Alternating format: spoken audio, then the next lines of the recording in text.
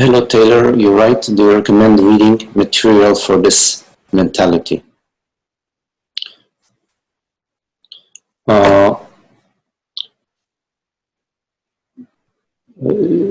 Taylor, if reading gets you closer to God, if reading inspires you to contemplate and takes you to looking within, if reading brings the peace or brings a glimpse of happiness, I'm not talking about entertainment, but a reading that brings you to contemplate what you are, what you truly are, what this wonder appearance of this world, what this body is, what is the reality of your experience. Whatever reading inspires you in that direction, and you come upon such a reading, then I would say yes, that's. And it's not, when you're reading, it's not about reading a whole book. I read this book, then I read that book, then.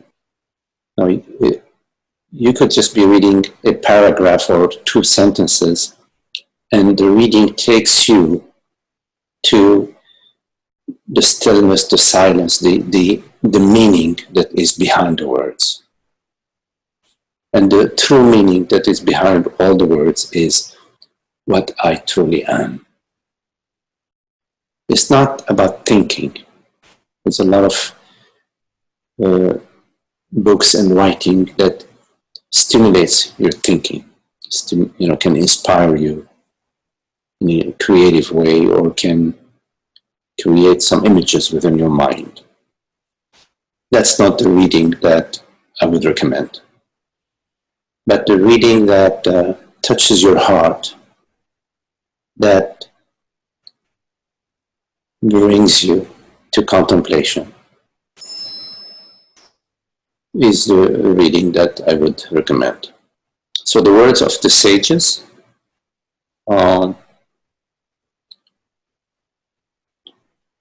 whether they're living sages or no longer in the body, for example, readings of Ramana Maharshi, or the readings of Huang Po in the Japanese tradition, or Suzuki Roshi, who's a Zen master, a contemporary Zen master out in California. You can read also the teachings of Francis Lucille, who lives in California, out in Temecula. So there are readings. You read the Tao Te Ching. You can read some of the traditional Indian scriptures that have been written by the sages or by their students. So yes, I would say, if that speaks to you, you could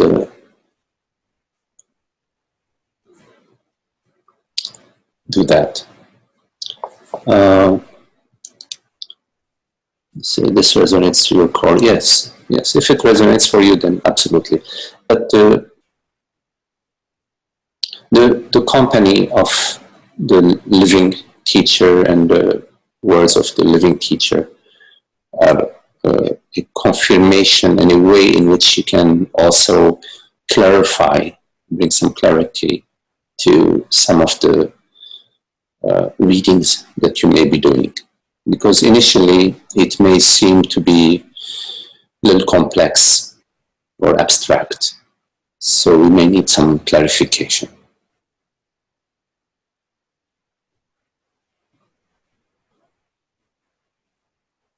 But all the teachings, the true teachings, they point directly to the self, They point directly to the reality of your experience, which is this very moment. They point directly to the transparency of being, the I am. Before being a man or a woman, the I, that is the reality of all experiences. It's always I, not I this or I that, just pure I. So there is a meditation of just I, or I am. It's a very high meditation, and sort of may not speak to everybody, but it's a direct channel, way to speak, to your true nature. It is the true nature that is contemplating itself.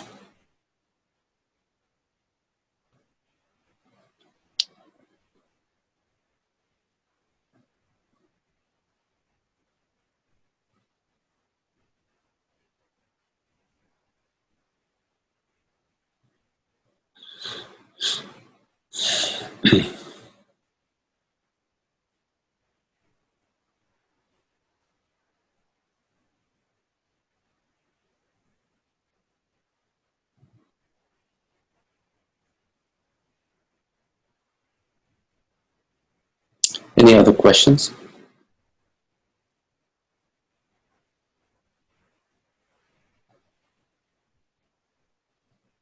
Hi, Magdi. Can you hear me?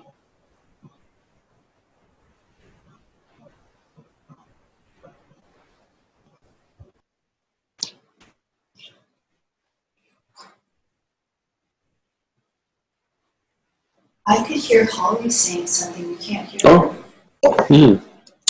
Oh, no, I do not hear Holly. Let me see. Can you hear me now? Hey, Holly?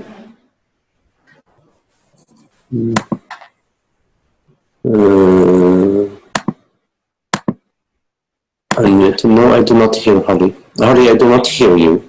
I hear you, Holly. I'm not sure if you can hear me.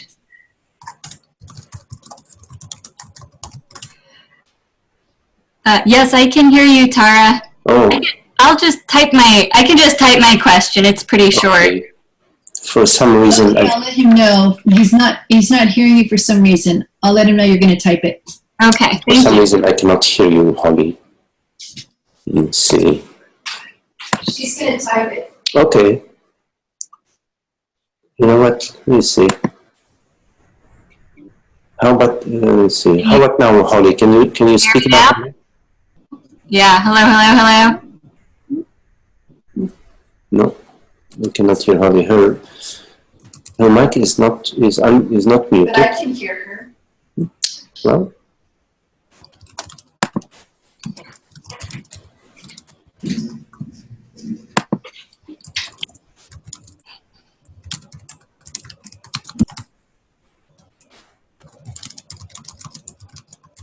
Okay.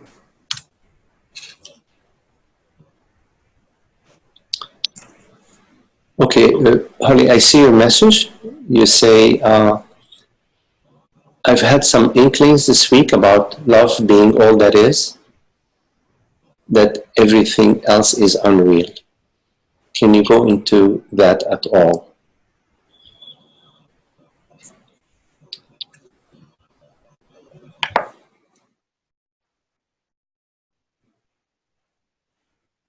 Yes.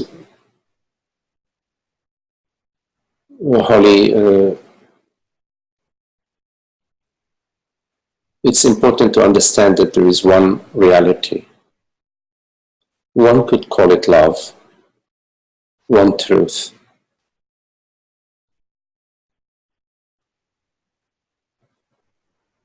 One can call it love, one can call it beauty, one can call it reality, one can call it consciousness, awareness, God, Brahman. In other words, there is one source, one I, one self. There are infinite thoughts and perceptions and sensations, memories, feelings, emotions, colors, shapes, sounds.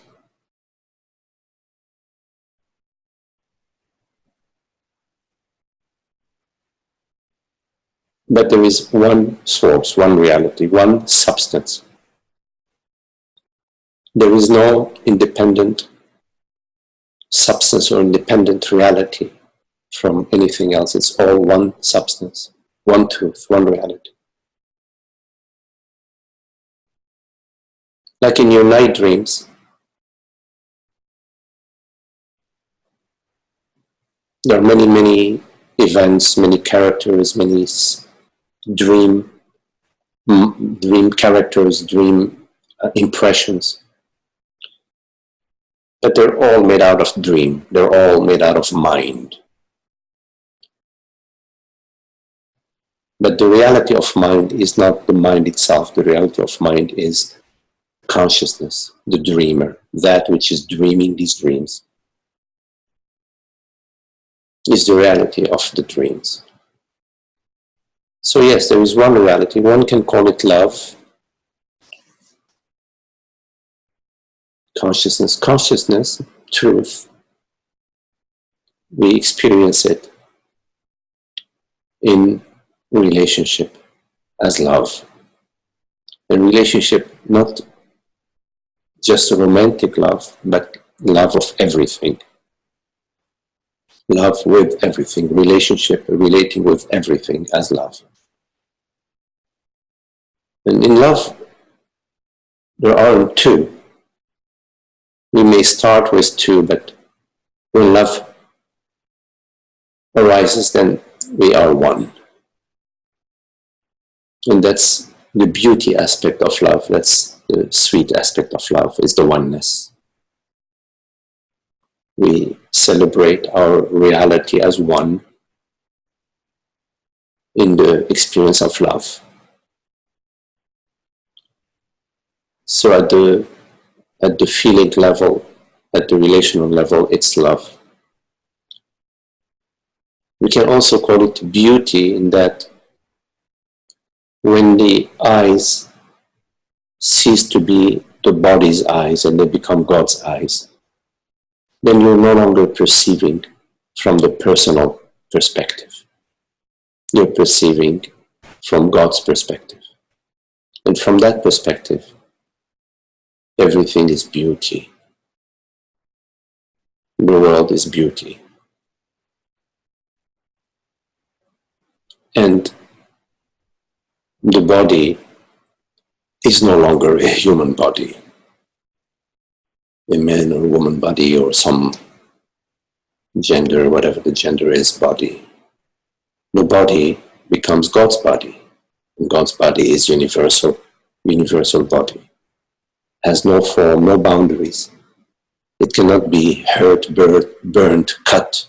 It cannot bleed.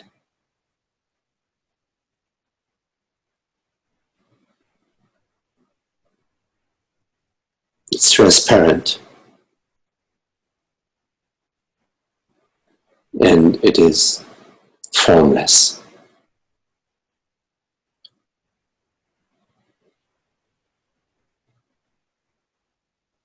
Truth is one, reality is one, Brahman is one, God is one.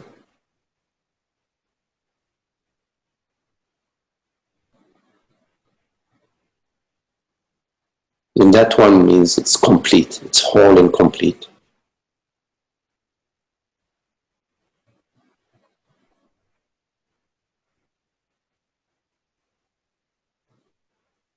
It is at peace. And it functions in the world like a rose that blooms and emanates the perfume, or like an orange grove bears the fruit that feed and that provide you the nutrition and provide you the the scent of the orange grove.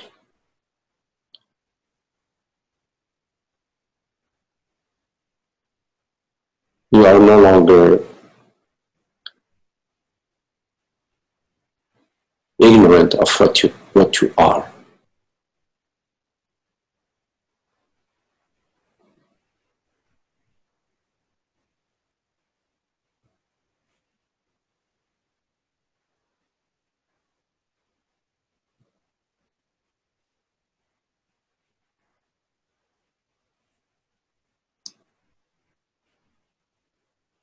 So the inkling that love is all that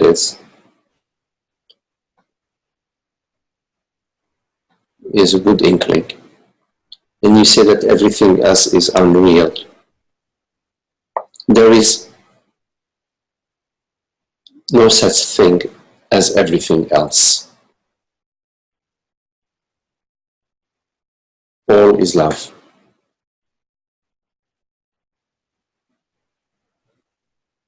What would everything else be?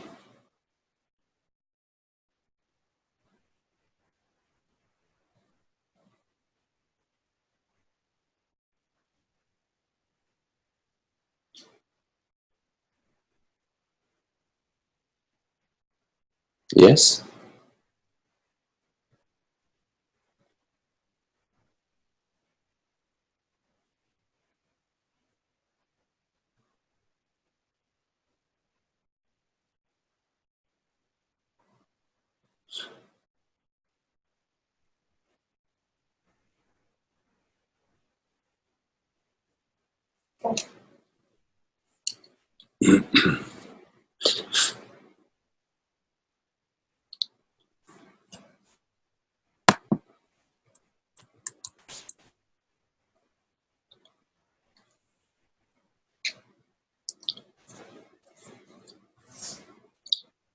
I'm still trying to figure out this Zoom thing, and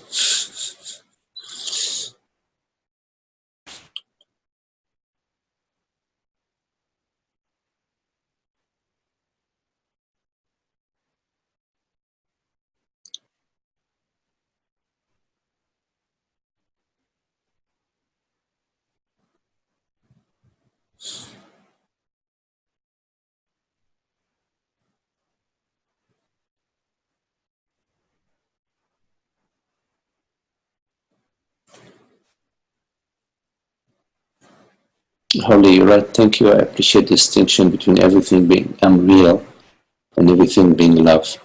I mean, everything else, yeah, it's being unreal. Yes. You know, it's an important inkling that everything is love. It's an insight, and as best as you can, live according to your insight. Don't banalize or ignore your insight. Live as everything is love, all is love. Live as that. Live as everything is myself. Everything is this one seamless reality.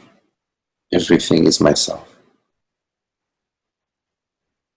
To live as that, to keep going back to living as that. Of course, you know, there are all tendencies that may call us back in being somebody, in being a separate self. But these insights are very valuable. They are gems. They're a blessing. They open the way for us. They bless us and facilitate our path. They come from beyond. They're gifts from God. So it's really important that you honor these insights and you live according to them. You say yes to them. you will be tested to go back to the old model. But the old model, we all know it, it's already obsolete. It does not deliver the happiness. It does not deliver the love, the beauty. It constantly separates us, me versus you, my ideas, my beliefs versus yours. And it divides us within ourselves, the good me and the bad me. These internal judgments, internal evaluations, and of course, judgments and evaluations of others. That is dishonoring the insight that all is love. You see? So we keep returning to our understanding. Understandings are very valuable. They are gifts.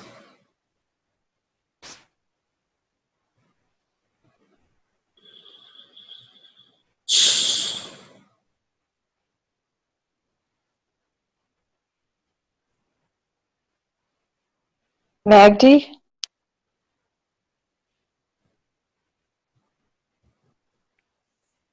Can you hear me? Oh, hey Zoe, it's Tara. I don't think he can hear you. Can you type your question? Yes, I will do that. I think I can. If not, I'll get back on. Okay, otherwise if it's short, if you tell me, then I can tell him. Okay. Maybe I can do that. Do you want to try? Okay, let me just tell him that you're telling me something. Just one second.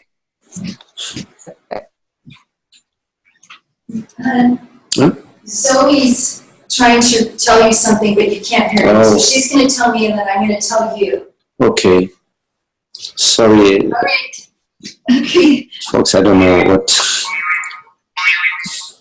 I don't know. Let me see, Zoe. Oh, and Jenny's trying to get on. Jenny just sent me a WhatsApp.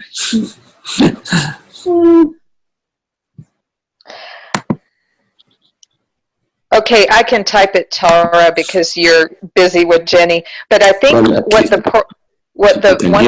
good. I cannot hear you, but you can hear me. One of the things I noticed when I tried to log on, Tara, was it said that a host hadn't been assigned. I think somehow Magdi needs to be host in order to be able to hear everybody. Okay. Anyway, I will type it. Okay. Is it? All right.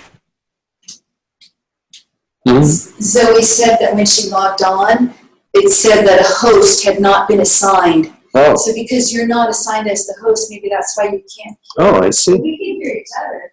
Okay. She's going to try to type it. Well, should I make Zoe the host?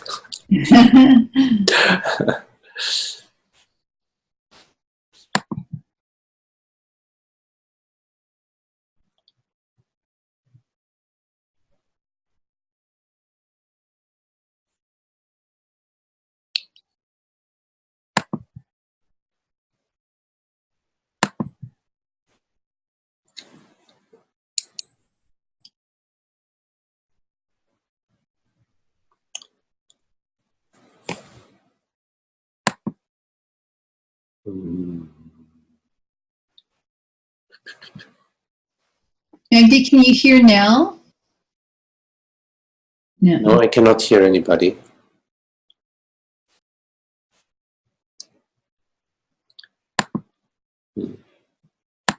Okay, I had unmuted myself and asked you, but you couldn't hear it. No.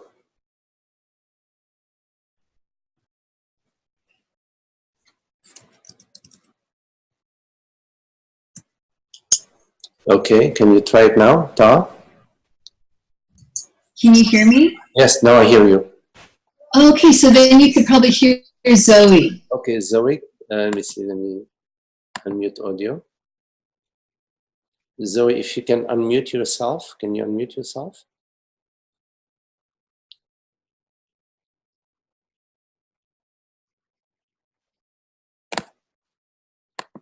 Okay, can you hear me now, Magdi? Yes. Oh, good. Okay, so I was trying to type.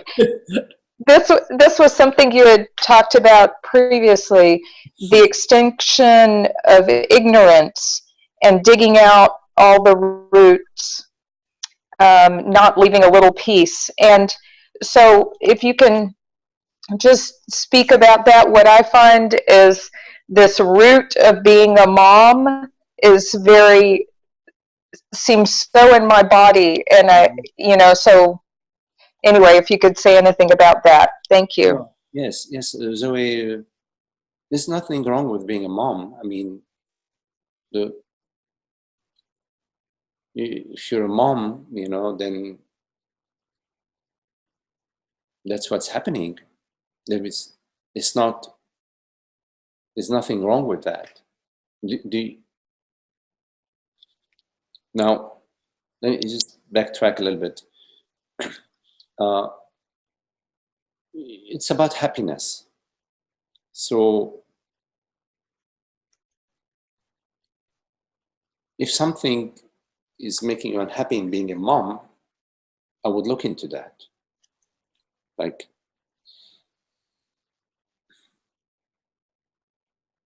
well, if you're a mom and you don't want to be a mom. No, I love being a mom, absolutely. But then, I notice with some interactions with my daughter, I'm having expectations and then getting disappointed, especially around, wanting to see her, and she has her own life. Yes. So, but that applies to being a mom. It applies with your partner. It can apply with your neighbor. It can apply with people at work. When you want somebody to act in a certain way or to be in a certain way that you imagine, in a way that's not really honoring who they are or what they are and how they're manifesting. So I would say that in love, there is spaciousness. There is an allowing. When we invite the other to be happy, to find their happiness. Now, maybe what hurts us when we are close to our children or our friends or our partners is when we experience their unhappiness, we see their unhappiness, and we want them to be happy. But it's not possible to make somebody else happy with your mind. The only way you can make somebody unhappy, to make somebody happy, is to infect them with happiness. And you infect them with happiness by being happy. And you cannot force yourself to be happy. The only way to be happy is to realize the happiness that you are. And you realize the happiness that you are by noticing the sticks that you put in the wheels of happiness, the conditions that you place upon yourself, upon your daughter, upon your neighbor, etc. The ideas that you have about how things should be and how the world should be and how your daughter should be. So these are sticks you're putting in the wheels of your own happiness. And therefore, you cannot infect your daughter with happiness or your children with happiness when you are yourself unhappy. So you need to trust the universe, how the universe is unfolding. You have been gifted with a child, a friend, a human character that is on a journey. They have their own journey. We don't know what their journey is. But what we know is that they're appearing in our space. And then the question is, how are we relating with whatever is appearing in our space? You see? Are we relating from a place of compassion, of love, of understanding, of kindness, of fairness, of respect? Or are we responding via our download, how things should be, how we've been taught that we should be, how our parents have forced things upon us, and then we turn around and inadvertently, not intentionally, we force onto our children or our friends what has been forced upon us. And then we notice the reactivity, which makes us unhappy, because nobody likes somebody else to impose something upon themselves. If you notice, you are happy when somebody is giving you space to listen to you, to be with you, to hold you, to share with you. So there is a spaciousness of listening that invites in the other the same spaciousness of listening. And similarly, when you are building your own structures about how things should be, in response, they will build their own structures to respond to your structures. And it becomes a sort of inner battle and an outer battle as well between people who deep down love each other. So trust the universe, trust how the path of your daughter is unfolding. Be available to her as a friend, as a counselor when she is knocking on your door for counsel. And be watchful of your own views, your own beliefs, because deep down we don't know what we are. We need to awaken to what we are. We have ideas about ourselves, ideas about the world, and we are exploring, and so we can share with our children our exploration, but being clear with them that we really don't know. We're exploring, and we're all explorers together. Of course, we're exploring the world, but also we're exploring what is the reality, what is it that is real, what is it that is true. And like Holly was saying a minute ago, that all is love, somehow that insight came to her. Insights don't come via thinking. They're download from God. They're direct truth gems that are revealed to you. So to contemplate that, there is that reality, the reality of being, that is a shining light within your child's being. It is what she truly is. It's that divine light. And she may be your teacher much more than you being her teacher. She may be your guide much more than you being her guide. We don't know. You see, we don't know. So because we don't know, we are open. We're open. And we're tentative. We're saying, well, it seems to me that this direction is a slope in the wrong direction. So we share that. But we share it as this is what it seems like to me. And it's really interesting when you're sharing with a sense of exploration, the other is more receptive to explore with you. That, you know, well, maybe there is some truth in there. But when you come with, hey, this is the way, then there is like, oh, well, you know, who are you to tell me the way, or you know, this is your way, not my way, etc. Is less of an invitation in that for the other to meet you halfway. So coming back to your initial question about happiness and removing all the roots, because they sprout, you know, like the roots of bamboo.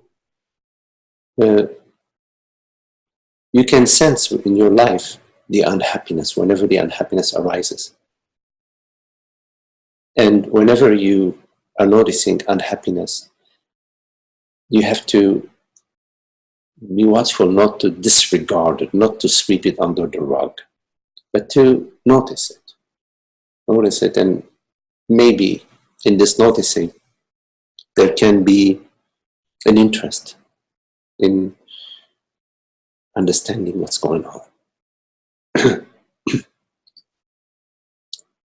So it's like the canary in the coal mine is the unhappiness. We can feel it at the feeling level. And the rule of thumb is that we are unhappy whenever we separate ourselves, whenever we consider ourselves to be a person.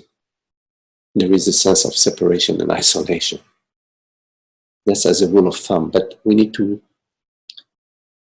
come onto that directly in our experience. We need to see it. We need to see, oh yeah, that's what's happening. You see, over and over, we need to see it. Yeah, you know, I have my own ideas and feelings about things. The I is not me. It's not I as consciousness. Because I as consciousness is complete openness. You see, it's not contracted around any opinion, any position, any beliefs, any set of ideas. It's open, you see.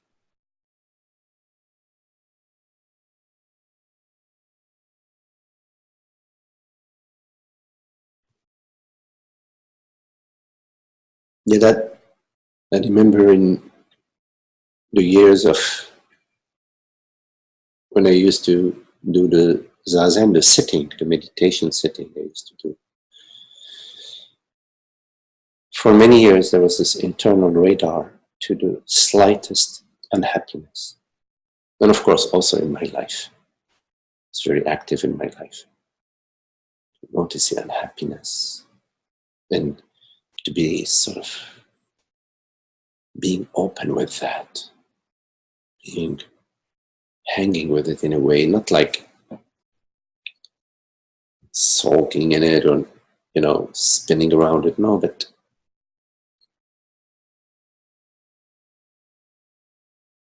to sort of recognize that it's there. Maybe I don't even know what it is, but there's something there that's nagging at me. It's a calling. It calls you to look into it, to inquire into it, to explore it.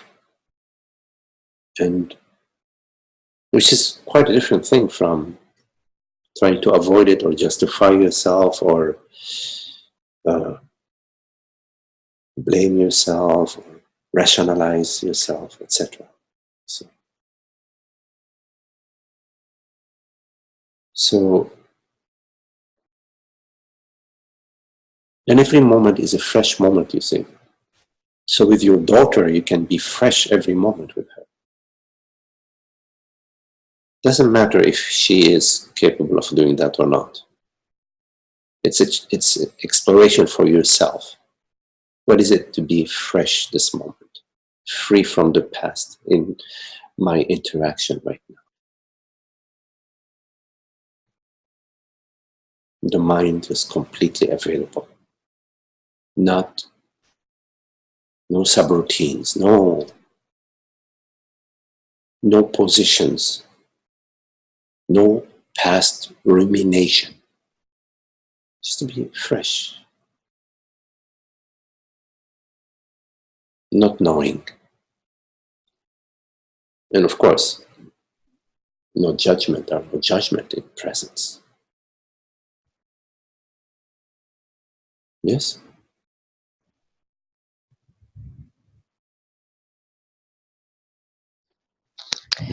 Yes, Magdi, that's beautiful.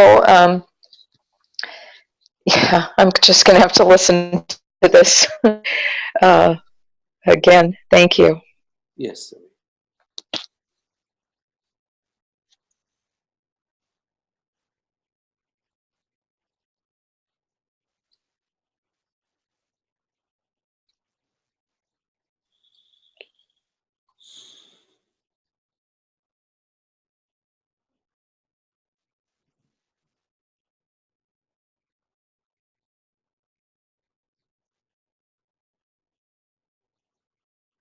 There's some thunder and a little rain.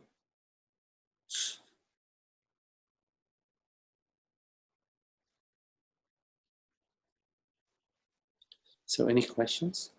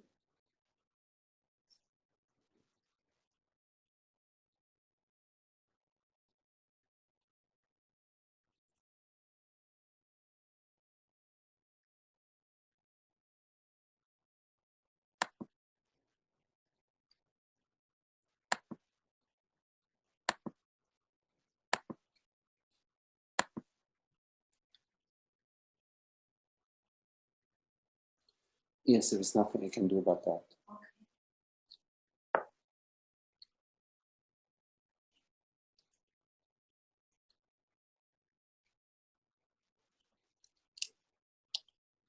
Okay, any other questions?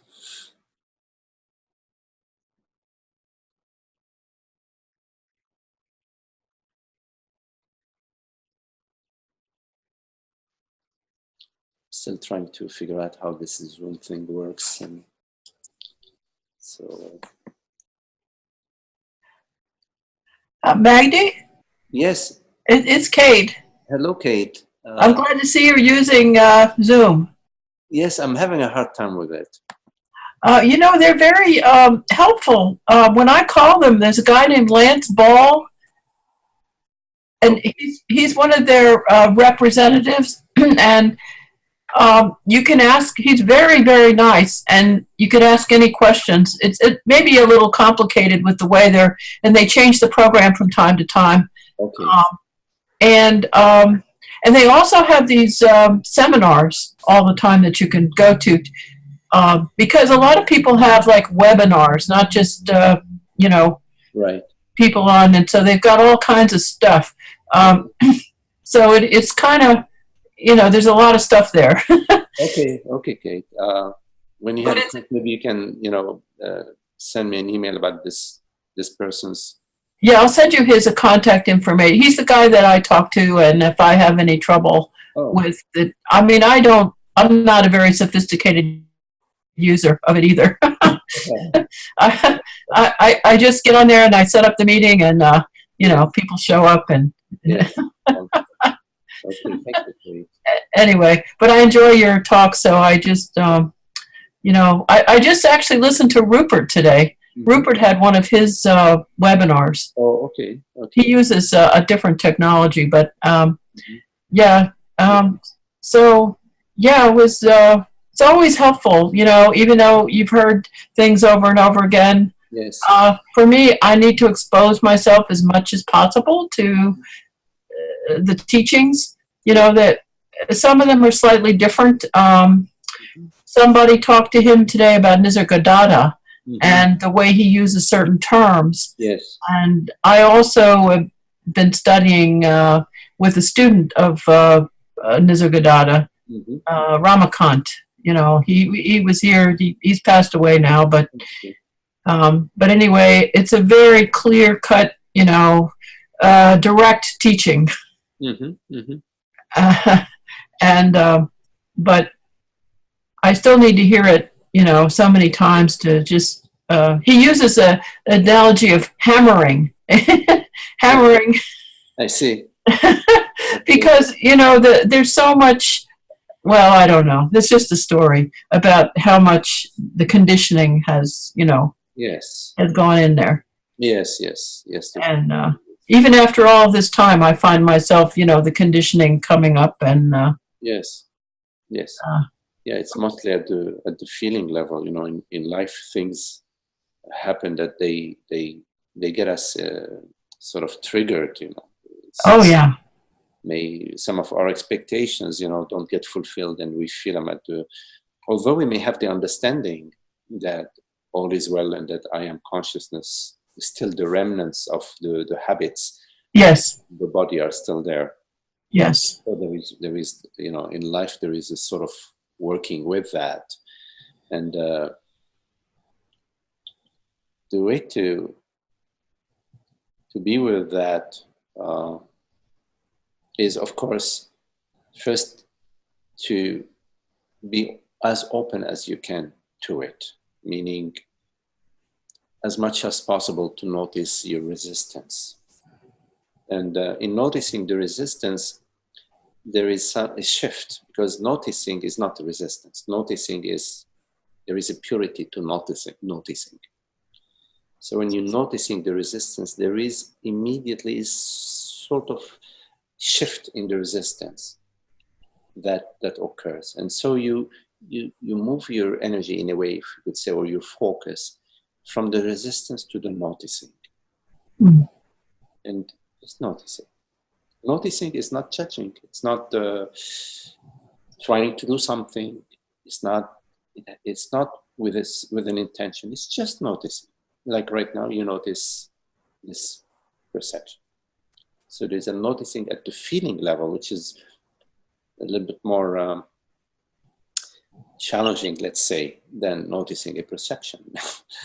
Because there's a, you know, it's closer, it's at the feeling level. But there is a possibility of noticing the internal sensation. And it's one of the possibility, one of the tools, let's say, that's available to you.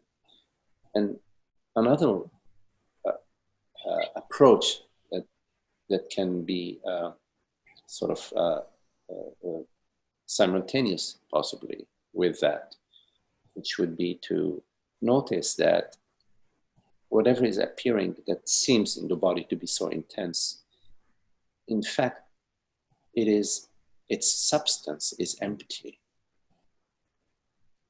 And it's difficult to see that, you know, usually with strong emotions. And also it's difficult to see it right away. It may take a few iterations, you know, maybe, you know, a couple of years, who knows, to come to see that, yeah, you know, it is empty. It's probably easier to notice that with the small irritations, you know. And once you see it with the smaller irritations, you start to see it with the more prominent irritations, you know, louder irritations. That it's nothing. It's really, you know, the expression, we make a fuss, we're making a big fuss about nothing. There's some truth in that, you know. We make a big fuss about nothing, you know. We're very good at that, making a big fuss about nothing. Yeah. So that's also, you know, really, really helpful. And another, sadhana that's also available to us, which is the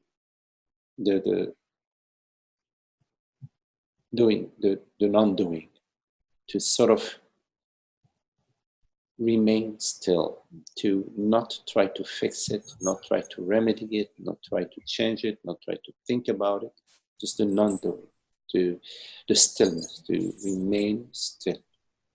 And that may require initially a certain will, a certain sort of decision to say, okay, sort of a certain doing, like as there's a doer doing that. Initially, it may require that.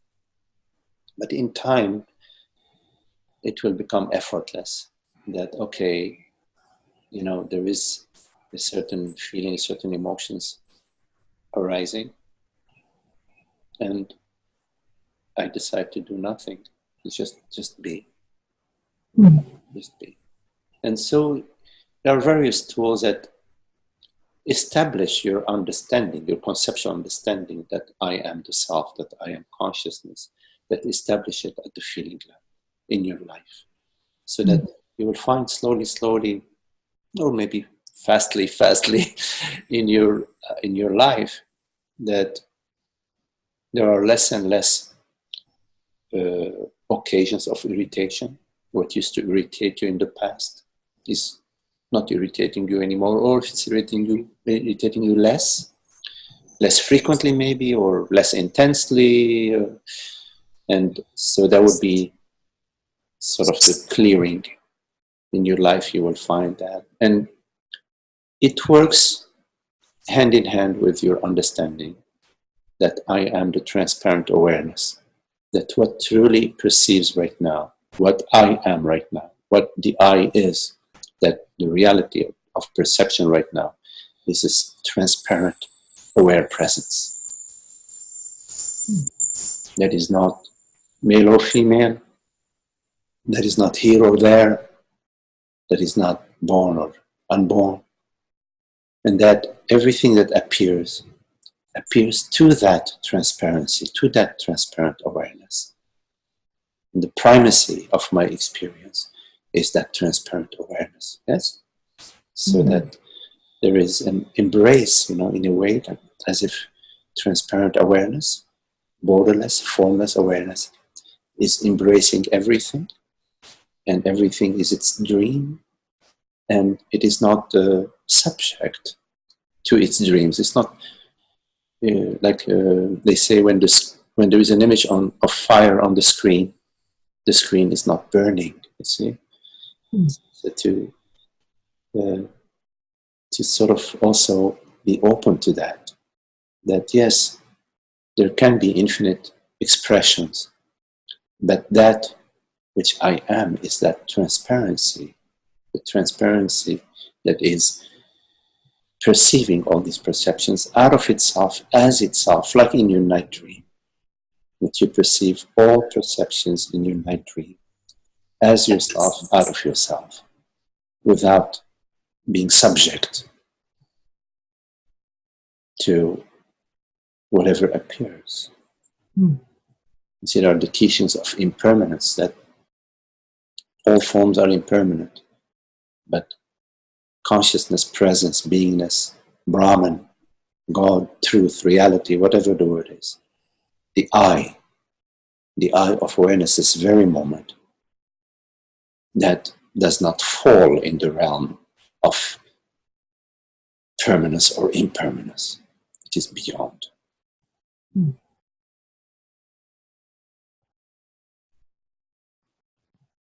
Yes.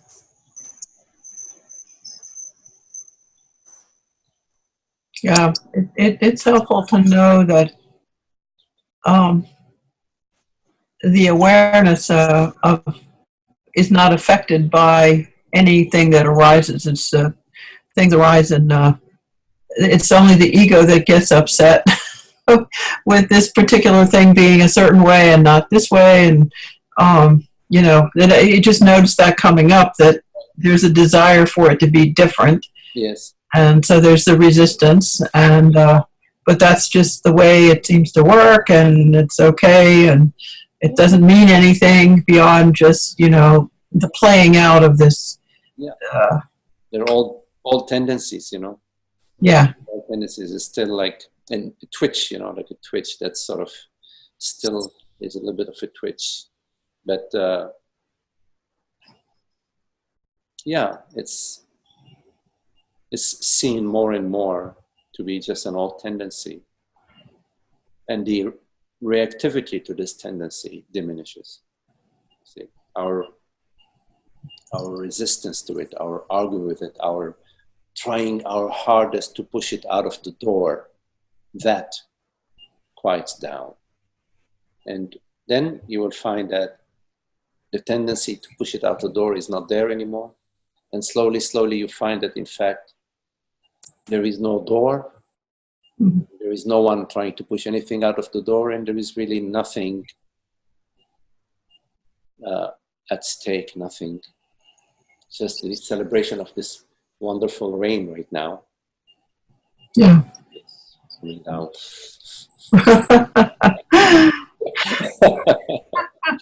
Yeah, that's the way. Anyway, thank you, Maggie. Yes, okay, Kate. Thank you also your help with the Zoom.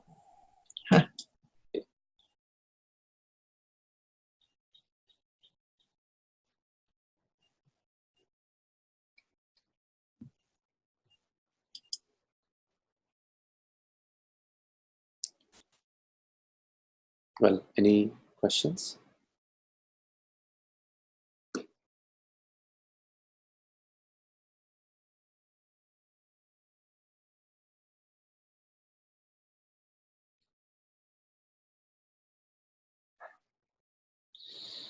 Well, thank you all.